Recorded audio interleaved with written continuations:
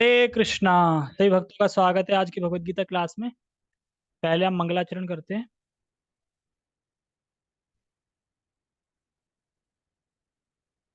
ओम अज्ञानतिमिरान्धस्य ज्ञानञ्जनशलाकया चक्षुरुन्मीलितं येन तस्मै श्रीगुरुवे नमः। श्रीचैतन्यमनोभीष्टं स्थापितं येन भूतले स्वयं रूपः कदा मह्यं ददाति स्वपदान्तिकं। वन्देऽहं श्रीगुरो श्रीयुतापदकमलं श्रीगुरून् वैष्णवांश त्रिरूपं साग्रजातं सहगण रघुनाथं वितं तं सजीवं साधुवेतं सावधूतं परिजनसहितं कृष्ण चैतन्य देवं श्रीराधा कृष्ण पादान् सहगण ललिता श्री विशाखात्विशांच। हे कृष्ण करुणा सिंधु दीनबंधो जगत्ते गोपेश गोपिका कांता राधा कांता नमस्ते। कांचन गौरांगी राधे वृंदावनेश्वरी वृषभानुसुते देवी प्रणमामि हरिप्रिये। वाञ्छाकल्पतरुभ्यश्च कृपा सिन्धुभ्येव च पतितानां पावनेभ्यो वैष्णवेभ्यो नमो नमः। जय श्री कृष्ण चैतन्य प्रभु नित्यानंद श्री अद्वैत गदाधर श्रीवासादि गौर भक्त वृंद। हरे कृष्णा कृष्णा कृष्णा हरे हरे हरे राम राम राम हरे हरे। रामाय रामभद्राय रामचंद्राय वेदसे रघुनाथाय नाथाय सीताय पते नमः। नमां विष्णुपादाय कृष्णपृष्ठाय भूतले श्रीमते भक्तिवेदांता स्वामिनि इति नामिने। नमस्ते सारस्वते देवे गौरवाणी प्रचारिणे निर्विशेष शून्यवादी पश्चात देश तारिणे। हरे कृष्णा। हम शुरू करते हैं।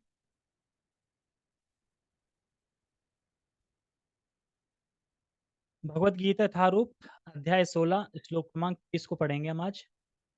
और जैसा कि जो अध्याय 16 है वो दैवी तथा आसुरी गुण, यानी दैवीय गुण क्या होते हैं, तो वो श्लोक क्रमांक 1 2 3 में बताए गए थे। उसके बाद सारे लास्ट तक असुरी गुणों का वर्णन करेंगे भगवान कि, क्योंकि हम सारे लोग असुरी प्रवृत्ति के ही हैं, इसलिए असुरी प्रवृत्ति बहुत ज्यादा है, दैवी गुण कम है, इसलिए भगवान ने 3 श्लोक में दैवी गुण बता दिए। अब बाकी सभी बताएंगे असुरी गुण में। तो पिछले श्लोक से क्या लिंक है? पिछले श्लोक में भगवान ने बोला था कि आचरति आत्मनः श्रेया, आचरति आत्मनः श्रेया। अगर वह कोई ऐसा कार्य कर रहा है, ऐसा आचरण कर रहा है, तो उसे आगे चल के लाभ और सिद्धि की प्राप्ति कराएगा। यानी शास्त्रों के अनुसार कोई चल रहा है वो परम गति को प्राप्त करेगा, ये बताया था पिछले श्लोक में। अब आज के श्लोक में बता रहे हैं कि अगर कोई शास्त्र के अनुसार कार्य नहीं करता, शास्त्र को मानता ही नहीं है, हम तो मानते ही नहीं शास्त्र को, और मन गढ़ंत तरीके से अगर कार्य करेगा तो उसको क्या होगा, उसको उससे क्या फल मिलेगा, क्या होगा उसे। तो वही लिंक है आज के श्लोक का। तो पहले हम श्लोक का उच्चारण करते हैं, मेरे पीछे दोहराना, फिर हम आगे अनुवाद फिर तात्पर्य को पढ़ेंगे। यह शास्त्र विधिम उत्तज्य वर्तते कामकारतः न सा सद्धिम अवन अवानोक्ति न सुखम न पराम गतिम। यह शास्त्र विधिम उत्तज्य वर्तते कामकारतः नासा नासा सिद्धिम आवनोप्ति ना सुखम ना पराम गतिम। देखो बहुत अच्छा श्लोक है ये, कि अगर हम शास्त्र के अनुसार अपना जीवन नहीं जी रहे हैं तो हम कितने अंधेरे में जा रहे हैं, यानी कितना हमारी दुर्गति हो रही है। क्योंकि 3 चीजें बताते हैं, एक होता है फल, एक होता है निष्फल, और एक होता है विफल। तो अगर जिसे मानव जीवन मिला है और उसने भक्ति कर ली है तो वो तो सफल हो जाएगा, यानी भगवान की प्राप्ति कर लेगा। लेकिन जिसको अगर मानव जीवन मिला है और मान लो कि वो वर्णाश्रम के अनुसार कर्तव्य किए उसने, बट भक्ति तक नहीं पहुंच पाया, वो निष्फल हो गया, मतलब उसका ये जीवन निष्फल हो गया, लेकिन फिर भी उच्च लोकों में जाएगा वो, मतलब ऊपर के लोकों में। लेकिन जो मानव जीवन पाके भी जिसने भक्ति नहीं करी, ना वर्णाश्रम धर्म का नियम का पालन किया, ना शास्त्रों को माना, मन घड़ंत तरीके से कार्य किया, उसका सारा जीवन विफल हो जाएगा। विफल मतलब उल्टा, उल्टा मतलब है कि नीच योनि में चला जाएगा, निम्न योनि में। अपने पृथ्वी से जो नीचे के लोग हैं, अतल अतल वितल तलातल पाताल, ये सब जो हैं, ये सब नरक भी नीचे ही है। तो जो भी नरक है सारे नीचे, मतलब निम्न योनियां मानी जाती हैं, तो उसमें वह चला जाता है। तो इसीलिए अगर मानव जीवन मिला है तो हमें भजन भक्ति कम से कम इतना तो करे कि जो वर्णाश्रम, जो वर्ण और आश्रम के हिसाब से जो नियम बताए गए हैं वेदों के अनुसार, उनका तो कम से कम पालन करे कि शूद्र का कर्तव्य क्या है, एक एक ब्रह्मचारी का कर्तव्य क्या है, एक सन्यासी का कर्तव्य क्या है, एक स्त्री का कर्तव्य क्या है, एक पुत्र का कर्तव्य क्या है। सभी के अपने अपने कर्तव्य होते हैं, तो कम से कम उनको तो करे। उनको करेगा तो धीरे धीरे पवित्र होगा।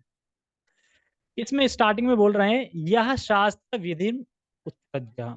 यह यह मतलब होता है जो, यह शास्त्र विधिम उत्सर्जय, जो व्यक्ति शास्त्र के विधि को त्याग देता है, शास्त्र में जो विधि बताई गई है उसको त्याग देता है जो व्यक्ति, और क्या करता है त्याग के, वर्तते काम कारता, और काम इच्छा के अनुसार वह कार्य करता है, मतलब अपने इच्छा से साथ जो मेरी इच्छा कर रहा है वो मैं करूंगा, अपने काम इच्छा के अनुसार जो कार्य करता है, कर रहा है, मतलब अपने इच्छा के मन गढ़ंत के हिसाब से यहाँ पे ये बताया गया है कि उसे पता है कि हमें ठाकुर जी को भोग लगा के ही पाना चाहिए, पता है उसे, लेकिन लगाएगा नहीं। अरे खा लो, कौन देख रहा है, खाओ, कुछ नहीं होता, बस सब यहीं पे है। पता है जबकि हाँ भोग लगा के खाना चाहिए। जैसे बहुत से लोग हैं ना, दारू पीते ड्रिंक करते हैं, मांस मछली भी खाते हैं, लेकिन फिर भी कहते हैं यार ये गलत है, मुझे पता है कि नर्क जाना पड़ेगा और ये गलत है, फिर भी खाते हैं, खाओ। तो उसी तरीके से पता है उनको, फिर मन गढ़ंत अपने हिसाब से करते हैं पता होने के बाद भी। अच्छा तो क्या मिलेगा उसको, कह रहा है ना ना सा सिद्धम अवानोक्ति, मतलब सिद्धम, इसमें एक वर्ड आया है सिद्धम। सिद्धम का मतलब यहाँ पे सिद्धि नहीं लिया गया है, सिद्धम का मतलब है यहाँ पे उसका हृदय कभी शुद्ध नहीं होगा। जो वर्ण और आश्रम के हिसाब से पालन नहीं कर रहा है, भक्ति नहीं कर रहा है, उसका हृदय कभी शुद्ध नहीं होगा। और याद रखना, जिसका हृदय शुद्ध नहीं है वो बहुत सारी चीजें नहीं कर सकता, अभी आगे बताऊंगा, वो बहुत सारी चीजें नहीं कर सकता, इसलिए हृदय शुद्ध करना बहुत जरूरी है। और हृदय शुद्ध के सिवा कौन से डिटर्जेंट से होगा, निरमा पाउडर से। हरे कृष्णा कृष्णा कृष्णा हरे हरे, हरे राम राम राम हरे हरे। ये डिटर्जेंट है, ये जब नाम अंदर जाएगा हृदय में, तो हृदय क्या है हमारा, साफ होगा। तो इसीलिए बोल रहा है ना सिद्धम अवानोक्ति, मतलब कि हृदय रूपी सिद्धि प्राप्त नहीं होती, और सिद्धि का मतलब है उसका हृदय शुद्ध नहीं होता। तो याद रखना यहाँ पे सिद्धि का मतलब क्या है, हृदय शुद्ध नहीं होता। प्रभुपाद जी क्या बोल रहे हैं इसमें, देखते हैं एक बार सिद्धि को। इसमें तो सिद्धिम को सिद्धि बोल रहे हैं, लेकिन अभी इसमें नीचे प्रभुपाद जी उसमें लिखेंगे, टीका में लिखते हैं, बलदेव विद्याभूषण में दिखा देता हूँ। सिद्धिम सिद्धिम सिद्धिम, ये देखो लिखा है, विपरीत कार्य करता, जो ऐसे व्यक्ति का हृदय शुद्ध नहीं हो पाता, जो जीवन के लक्ष्य की प्राप्ति के लिए आवश्यक है, सिद्धि आया ना। सिद्धि मतलब यहाँ पे हृदय शुद्ध की बात चल रही है। ठीक है, आगे क्या है। अच्छा ठीक है, हृदय शुद्ध नहीं होगा। जब व्यक्ति हृदय शुद्ध हो जाता है तो क्या होता है हृदय शुद्ध होने से, हम्म, शुद्ध सत्य बढ़ता है, ठीक है, और क्या होता है अभिषेक,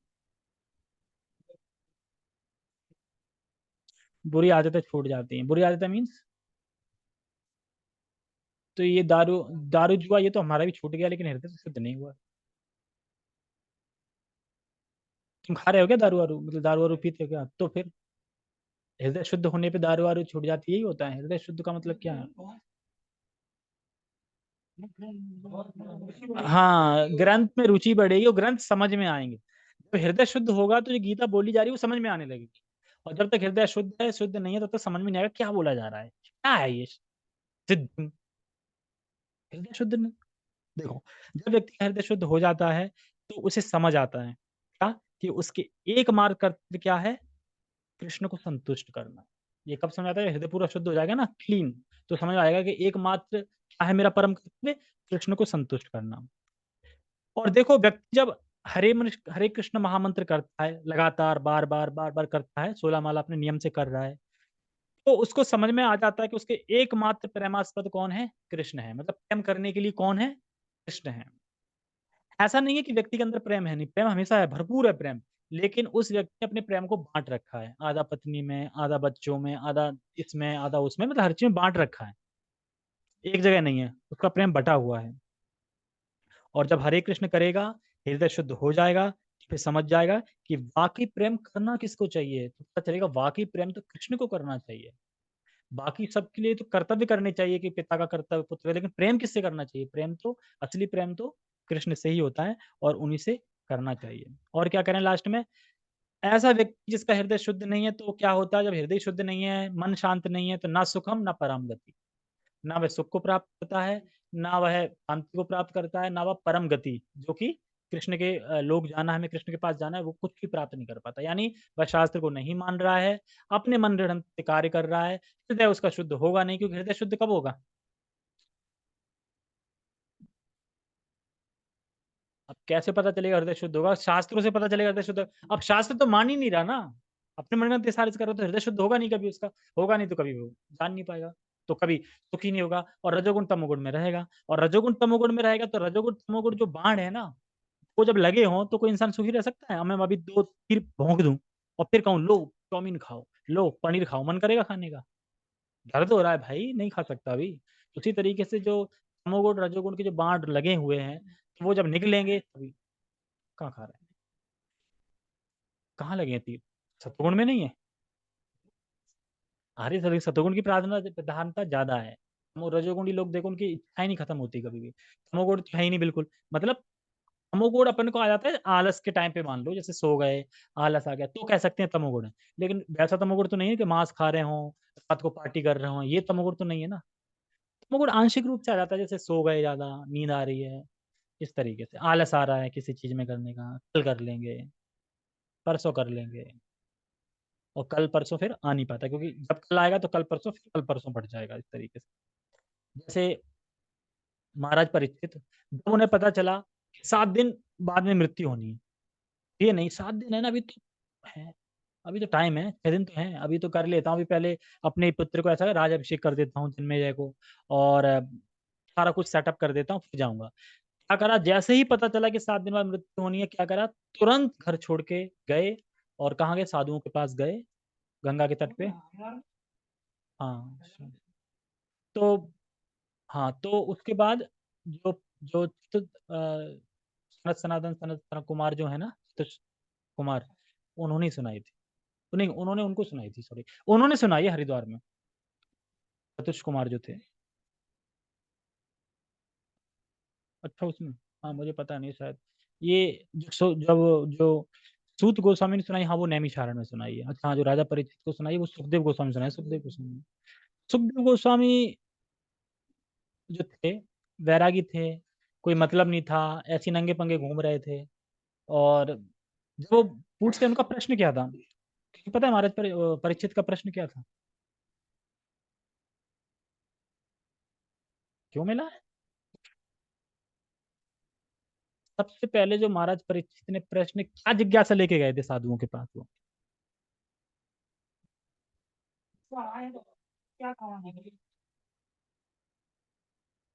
हाँ, मरण काल, जो मरने वाला इंसान है उसको क्या करना चाहिए, ये प्रश्न था।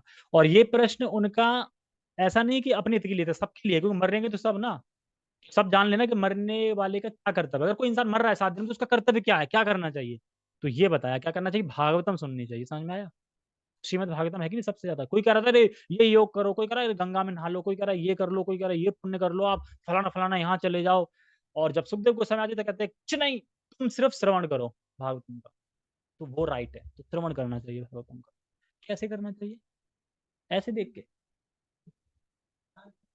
ध्यान पूर्वक, जैसे आज प्रभु जी बता रहे थे श्रवण के ऊपर, बहुत अच्छा बता रहे थे कि कुछ व्यक्ति कहते हैं, कुछ लोग कहते हैं कि देखो हम भागवत कथा में आ गए तो उससे तो सही है कि नहीं आए, मतलब जो नहीं आ रहे हैं, घर पे बैठे थे, घर पे हो सकता था कि हम टीवी देखने लगते, सास ससुर का सीरियल देखने लगते, उससे तो अच्छा है ना यहाँ बैठे हैं, भले ही मन कहीं घूम रहा है हमारा, शरीर तो बैठा है ना। तो वगैरह ठीक है, आप कथा में आए, कथा सुनी, और कथा का पता चला कि 1-1 करोड़ का इनाम था जो कथा में आए थे, और बड़ा खुश हो गए। लेकिन आपको 5 प्रश्न का उत्तर देना पड़ेगा। आप जब ध्यान से सुना होगा तब तो उत्तर दोगे ना। आप नहीं दे पाए तो 10,000 लेके चले जाओ, फिर क्या करेंगे? अरे यार, लॉस हो गया 1 करोड़ का, 10,000 ही मिले। अब 10,000 में संतुष्ट रहना पड़ेगा ना, क्यों? ध्यानपूर्वक नहीं सुना था बस। ध्यानपूर्वक सुना होता तो 5 प्रश्नों के उत्तर दे दिए होते, और दे दिए होते तो 1 करोड़ मिल जाते। उसी तरीके से लाभ तो मिलता है, लेकिन जब ध्यानपूर्वक सुनते हैं तो पूरा 100% लाभ मिलता है कथा का। जैसे कि गौकर्ण की कथा आती है भागवतम में, महात्म्य में, कि गौकर्ण का जो भाई था धुंधकारी, जो पाप में लिप्त हो गया था, और उसकी जो पत्नी थी वैश्या, उन्होंने उसे मिलके घर में मार दिया था। क्यों मारा था?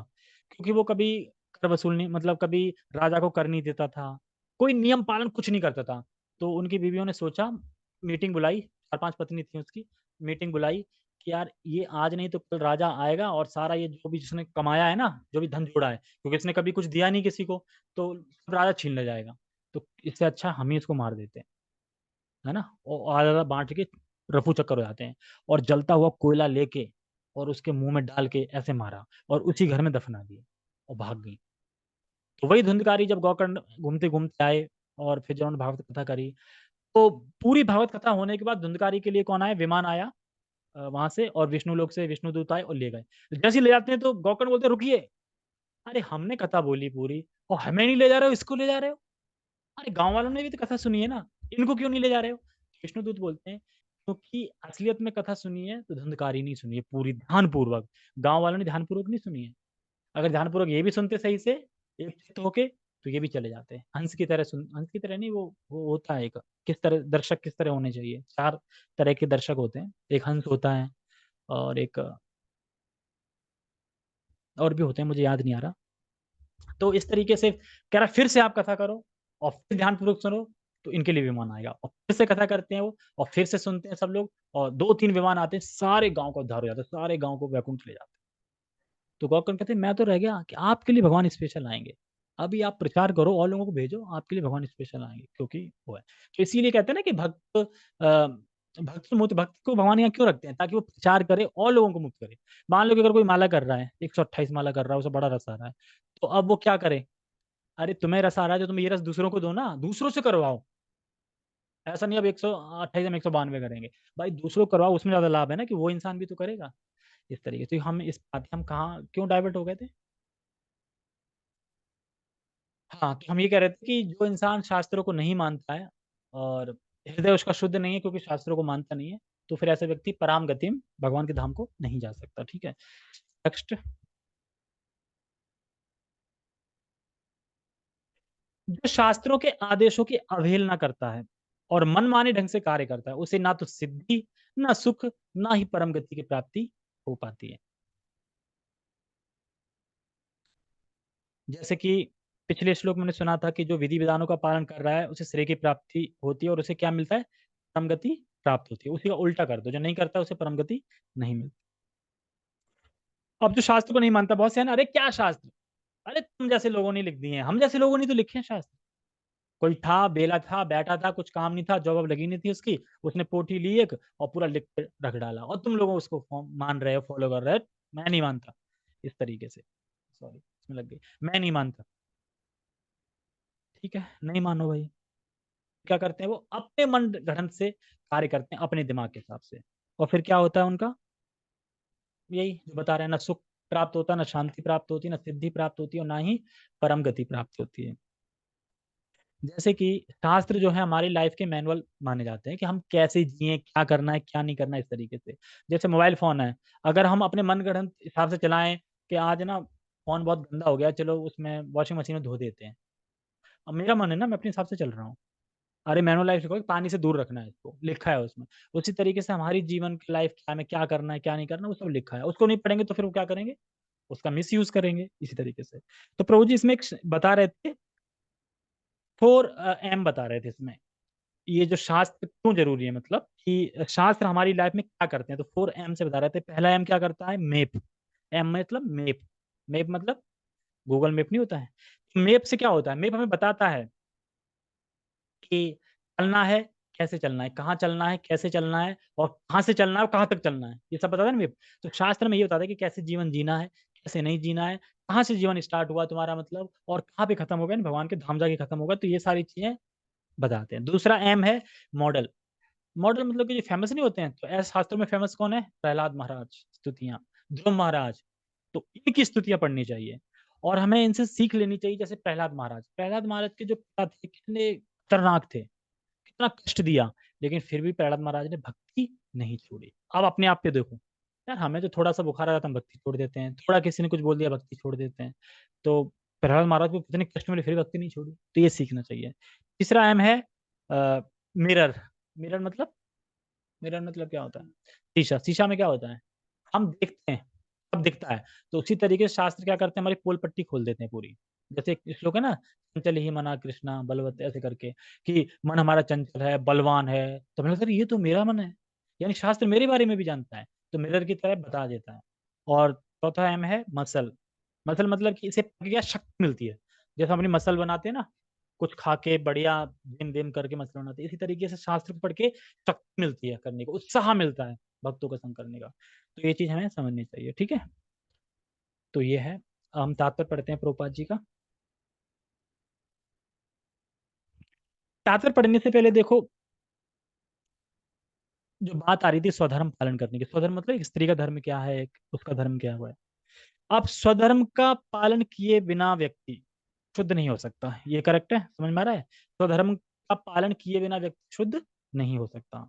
और स्वधर्म पता कैसे चलेगा कि क्या है स्वधर्म? शास्त्र से। शास्त्र से पता चलेगा मेरा स्वधर्म क्या है, मतलब वर्णाश्रम के नियम क्या है स्वधर्म क्या है। तो जब शास्त्र ही नहीं सुनेगा, समझेगा नहीं, तो उसका स्वधर्म उसे कैसे पता चलेगा? स्वधर्म पता नहीं चलेगा। स्वधर्म पता चलता है शास्त्र से, शास्त्र को मान नहीं रहा है, तो उसका हृदय कभी शुद्ध नहीं होगा। और हृदय शुद्ध नहीं होगा तो क्या करेगा वो? वही, ना तो उसे सुख मिलेगा ना शांति मिलेगी, कुछ प्राप्त होगा। तात्पर्य, जैसा कि पहले कहा जा चुका है, कहाँ गए? जैसा कि पहले कहा जा चुका है, मानव समाज के विभिन्न आश्रमों तथा वर्णों के लिए शास्त्र विधि दी गई है। ये शास्त्र विधि दी गई थी अध्याय 16 में, 1 से लेकर 3 श्लोक में दैवी गुण बताए गए थे ना, पूरे पूरे शास्त्र नियम बताए गए थे सारे, कैसे क्या होना, ब्राह्मण क्या होना चाहिए, ब्राह्मण के गुण क्या है, क्षत्रिय वैश्य शूद्र सबका बताया गया था। वही है। प्रत्येक व्यक्ति को इन विधि विधानों का पालन करना होता है। प्रत्येक व्यक्ति को, ऐसा नहीं बताया कि मुस्लिम को नहीं करना, हिंदू को नहीं करना, ऐसा कुछ नहीं है। प्रत्येक व्यक्ति यानी जो व्यक्ति है सबको करना है। यदि कोई इनका पालन ना करके काम क्रोध और लोभवश स्वेच्छा से कार्य करता है, तो उसे जीवन में कभी सिद्धि प्राप्त नहीं हो सकती। हम्म। अब जो ब्राह्मण नहाने से डर जाए और जो क्षत्रिय लड़ने से डर जाए, तो क्या होगा उनका? वो निम्न योनि को प्राप्त होंगे। अगर जो क्षत्रिय है, तो क्षत्रिय का कर्तव्य है कि वो युद्ध में पीठ दिखा के ना आए, मर के आए, तो उसे स्वर्ग प्राप्त होगा। और अगर पीठ दिखा के आएगा तो नर्क प्राप्त होगा। उसी तरीके से जो ब्राह्मण है, और ब्राह्मण अगर नहाने से डर जाए कि कहीं पूजा पाठ के लिए जा रहे हैं शाम को, कौन नहाए, ऐसी पालिश कर लो, छोड़ो, तो वो कहाँ जाएगा? निम्न योनि में जाएगा। और अगर वो नहाता है, वैसे तो ब्राह्मण को 3 टाइम नहाना चाहिए, पर 2 टाइम तो नहाना ही चाहिए, कंपलसरी है 2 टाइम तो उसी प्रकार से हर व्यक्ति के लिए अलग अलग नियम हैं, और उसे वैसे ही पालन करने होते हैं। जैसे ब्राह्मण का अलग नियम है, क्षत्रिय का अलग नियम है, उसे वैसे ही पालन करने होते हैं।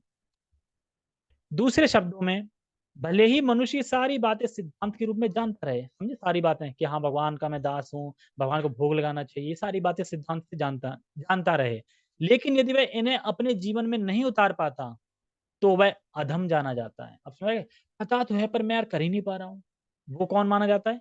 अधम माना जाता है। बहुत से होते हैं ना कि जानते तो सब है लेकिन कर नहीं पा रहे हैं, मुझसे होता नहीं है। हमें देखो ऐसा है ना, कि जिस प्रभु जी बता रहे थे ना, कि जब हम साकार मानते थे ना भगवान को, बहुत नियम पालन करने होते, एकादशी रखो, ये रखो। जब से हम निरंकारी हो गए ना, तब से कुछ नहीं करना पड़ता, ऐसे ही ऐसे। यानी साकार में सब पता था कि एकादशी करनी चाहिए, अन्न नहीं खाना चाहिए, अब उसे निरंकारी में आ गए। क्यों? क्योंकि नियम पालन कौन करे, कौन करे नियम? इसलिए निराकार करो और सेवा खत्म। अब हम खुश हैं एकदम। तो क्या बता रहे हैं यहाँ पे? हाँ, अधम जाना जाता है। देखो, शास्त्र पता है, तो शास्त्र पता है तो साथ-साथ में हमें क्या करना है, उसमें आचरण भी करना है उसका, जो पता है उसका आचरण करना है। जैसे हाँ, भगवान को भोग लगाना चाहिए और खुद जा रहे हैं होटल में खाने के लिए।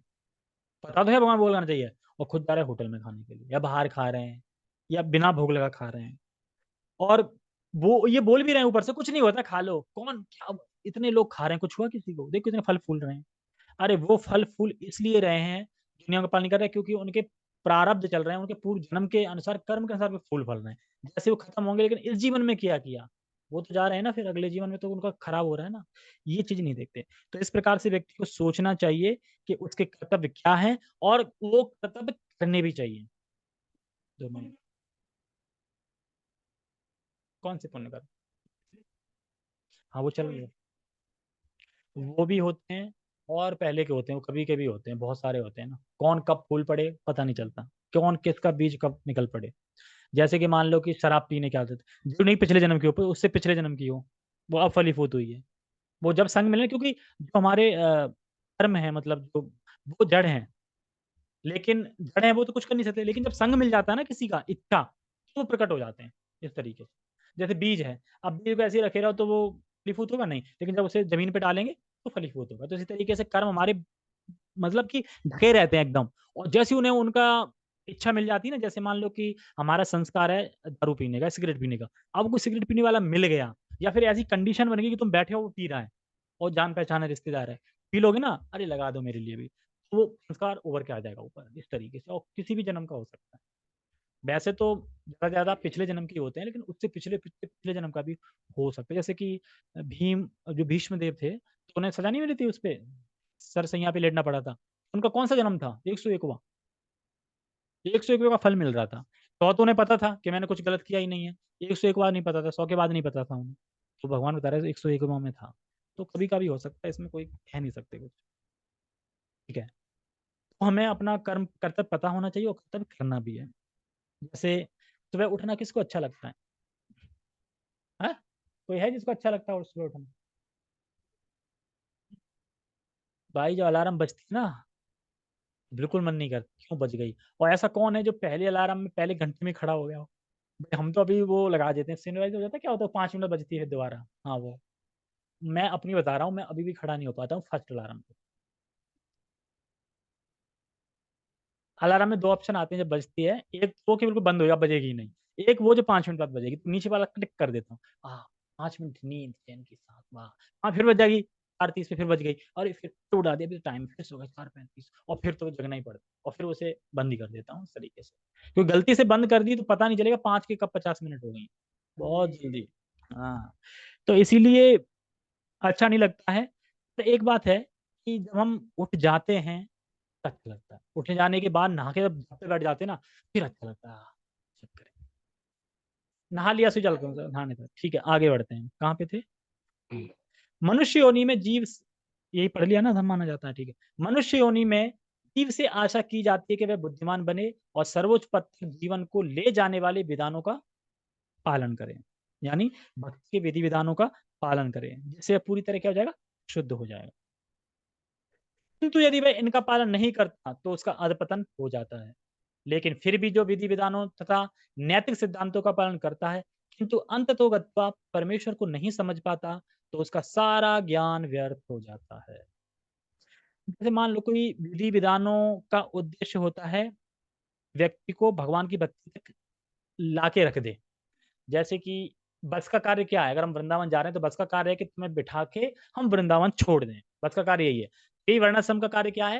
वर्णाश्रम तुम्हें उठा के तक लाके छोड़ देगा मतलब अब तुम भक्ति करो मतलब भक्ति के उस पे स्टेज पे ला देगा, ठीक है, ला देगा। और अगर भगवान की भक्ति नहीं कर रहा है वो, तो विधि-विधानों को पालन करने का कोई फ़ायदा मिला फिर? मान लो कि बस तुम्हें लेके गई वृंदावन छोड़ के वृंदावन तुम वापस आके गए ही नहीं अंदर। तो बस ने छोड़ा वो लाभ मिला कुछ उसका?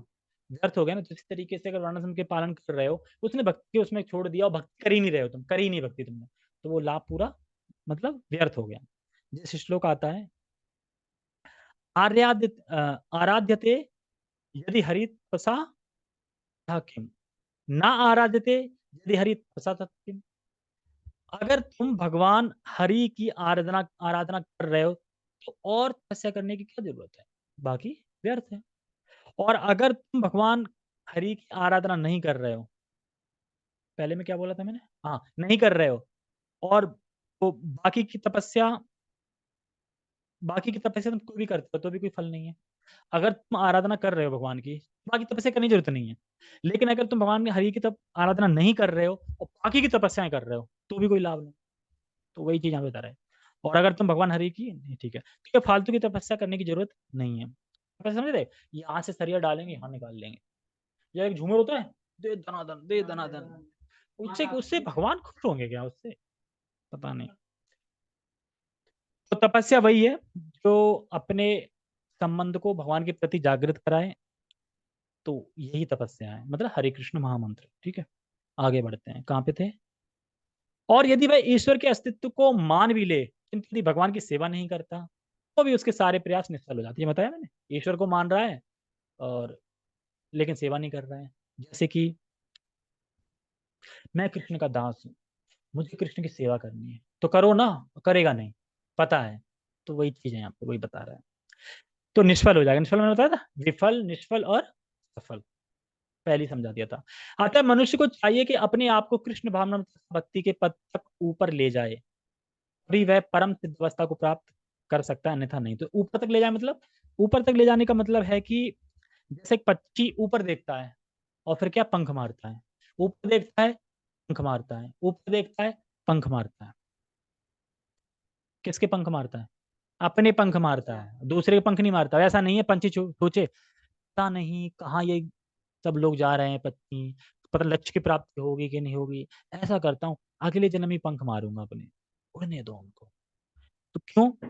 तो यही बता रहे हैं कि मैं पक्षी की तरह, मतलब हमें पंख मारने, मतलब कि पता चल गया सब कुछ तो करना भी है ना खुद ही। ऐसा थोड़ी कि अब पता नहीं किसने देखा, धाम जाएंगे अगले जन्म देखेंगे यार, सही से ऐसे थोड़ा थोड़ा कर रहे हैं, मतलब थोड़ा थोड़ा कर लेते हैं, अगले जन्म उसके अगले जन्म तो पहुंच ही जाएंगे कभी। नहीं, हमें पंख मारना है। हमारे पंख कौन से हैं? हरे कृष्णा कृष्णा कृष्णा हरे हरे, हरे राम राम राम हरे। तो ये पंख मारने, और पंख मारते मारते हम पहुंच जाएंगे। कामकारता शब्द अत्यंत सार्थक है। जो व्यक्ति जानबूझकर नियमों का अतिक्रमण करता है, वह काम के वश में होकर कर्म करता है। मतलब जो जान रहा है कि भोग लगाना चाहिए, हम दास हैं, फिर भी अतिक्रमण कर रहा है, तो वह काम के वश में कर रहा है। मतलब इंद्र तृप्ति, इच्छा, रजोगुण। वह जानता है कि ऐसा करना मना है, लेकिन फिर वह ऐसा करता है। क्या करना मना है? कि बिना भोग करना नहीं खाना चाहिए, मना है, लेकिन फिर भी करता है। क्यों? काम इच्छा की वजह से। इतने यहाँ पे कौन कौन से लोग हैं जो अभी प्रसाद खाते हैं बिना मंत्र पढ़े? मतलब याद नहीं रहता कि याद है, या बोलने का टाइम नहीं रहता। महाप्रसाद है गोविंद याद नहीं है? क्यों? पूरा? अच्छा, नहीं याद हो तो लिख लो एक जगह। चलो श्री विष्णु श्री विष्णु श्री विष्णु बोल दिया करो, ठीक है। हाँ, मतलब ये ऐसा नहीं है, सिद्धांत ये नहीं है, बोलना तो वो चाहिए। तो वह जान, ये तो अमोघ जी से कौन बिजी ज्यादा है यहाँ? उनसे बिजी हो सकते हैं क्या हम? वो बोलते हैं हाँ, पूरा। तो फिर तो ये कह रहे हैं कि फिर भी वह ऐसा करता है, इसी को स्वेच्छाचार कहते हैं, मतलब अपने मनगढ़ंत। यह जानते हुए भी कि आमुख काम करना चाहिए, फिर वह उसे नहीं करता, इसलिए उसे स्वेच्छाचारी कहा जाता है। ऐसे व्यक्ति अवश्य भगवान द्वारा दंडित होते हैं। ऐसे व्यक्ति को मनुष्य जीवन की सिद्धि प्राप्त नहीं हो पाती। मनुष्य जीवन तो अपने आप को शुद्ध बनाने के लिए, किंतु जो व्यक्ति विधि विधानों का पालन नहीं करता, वह अपने को ना तो शुद्ध बना सकता है, ना ही वास्तविक सुख प्राप्त कर सकता है। अभी ये बता रहे हैं कि जो बद्ध जीव हैं, तो बद्ध जीव में कहीं ना कहीं इंडिपेंडेंट रहने की इच्छा है। मतलब मैं अपने हिसाब से रहूं, इस तरीके से, मतलब किसी की आज्ञा मानना नहीं चाहता। मैं विनम्र रहना चाहिए, आज्ञा माननी चाहिए। आज्ञा मानेंगे तो क्या, जैसे किसी ने बोला मंगल आरती जाओ, हाँ जा रहे हैं, कीर्तन करो, हाँ कीर्तन कर रहे हैं। ये नहीं कि इंडिपेंडेंट है, हम अपने हिसाब से चलेंगे। ठीक है, अपने हिसाब से चलेंगे तो मनगढ़ंत हो गया ना, हमें किसी के अंडर रहना चाहिए। और दंडित होते हैं, लास्ट में लिखा था, यानी कि इनका स्वभाव ही ऐसा होता है। मतलब जो मटेरियल लोग बता रहे हैं कि जो भगवान के शास्त्र को नहीं मानते, मनन करते, उनका स्वभाव ही ऐसा होता है कि वो आज्ञा का पालन करेंगे नहीं। लेकिन एक जो भक्त होता है, उसको विनम्र होना चाहिए, आज्ञा का पालन करना चाहिए, जो भी काउंसलर बोल रहे हैं उसको हमें फॉलो करना चाहिए। और लास्ट में क्या बोल रहे हैं? सुख प्राप्त कर सकता है। यानी जो व्यक्ति शास्त्र के विधि विधानों का पालन करता है, उसे भगवान की कृपा प्राप्त होती है और होगी ही। तो कृपा प्राप्त करने के लिए क्या साधना करनी है? हरे कृष्ण महामंत्र करना है। तो क्या सीखा हमने आज के श्लोक में? जो व्यक्ति विधि विधानों का पालन नहीं करता है, उसे सिद्धि प्राप्त नहीं होती, उसका हृदय शुद्ध नहीं होता है और ना उसे सुख प्राप्त होता है, ना शांति प्राप्त होती है, ना उसे परम गति को प्राप्त होता है। अब इसी श्लोक के आगे हाँ, हाँ लगा दो, तो सब कुछ हाँ हो जाएगी। इसमें ना लगी है ना सुखम, ना शांत, ना परम गतिम, ना लगी है, ना को हटा दो, तो फिर वो हो जाएगा, ठीक है। हरे कृष्णा। जगत गुरु शील प्रभुपाद की जय, श्रीमद् भगवद गीता की जय, नित्य नित्य गौर प्रेमानंदे हरि। तो हमारे बीच विघ्नेश प्रभु जी आए हैं। ये हैं, कहाँ से बताया था प्रभु जी, मुझे याद भूल गया उनने। प्रभु जी कहाँ से बताया था आपने?